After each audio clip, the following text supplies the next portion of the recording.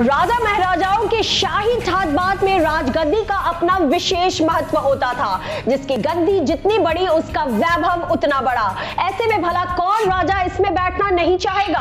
भले ही रियासतें खत्म हो गई हों, लेकिन रीवा देश की एक ऐसी रियासत है जहां महाराज गद्दी में बैठने की इच्छा नहीं रखते थे। बगैर रियासत के लगभग 450 वर्ष के वैभवशाली इतिहास में महाराज ने राजाधिराज भगवान को राजगद्दी में बिठाया। राजगद्दी को भगवान का आसन माना और राजगद्दी की पूजा की। इस ऐतिहासिक परंपरा का निर्वाह आज भी दशहरे के दिन किया जाता है। जिस राजगद्दी की चाहत में कत्ल कर दिए जाते थे, पुत्र पिता की हत्या, भाई भाई की रियासत में बगावत हुआ करती थी। लेकिन एक ऐसी रियासत भी है जिसमें महाराज गद्दी में बैठने की इच्छा नहीं रखते थे। राजगद्दी को भगवान का आसन मान रीवा रियासत देश की इकलौती रियासत है जहां आज भी होती है राजगद्दी की पूजा। रीवा में यह परंपरा आज भी कायम है। यह राजगद्दी में महाराज नहीं बल्कि बैठते हैं राजाधिराज।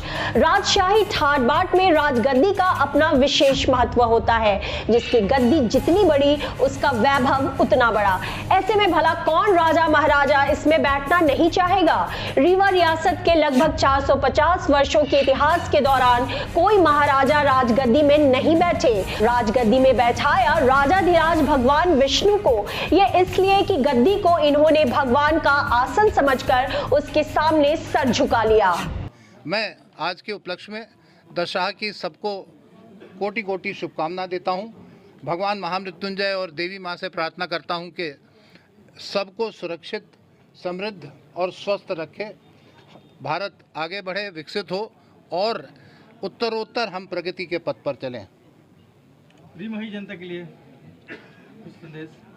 रीवा जनता तो हमारे हृदय में है, तो वो हमारा परिवार है, तो निश्चित रूप से उनके लिए भी यही संदेश है कि आप स्वस्थ रहें, निरोग्य रहें। और एक और बात, और विकास के लिए हम और तैयार हों और कोशिश करके जो भी नशा है उसको भी हम समाप्त करें।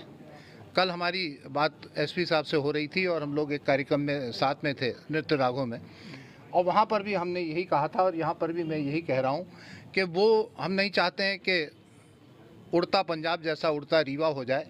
हम चाहते हैं कि स्थायी रीवा हो, समृद्ध रीवा हो, विकसित रीवा हो और पुलकित रीवा हो, शिक्षित रीवा हो। हमको उड़ता पंजाब जैसे नहीं बनना है।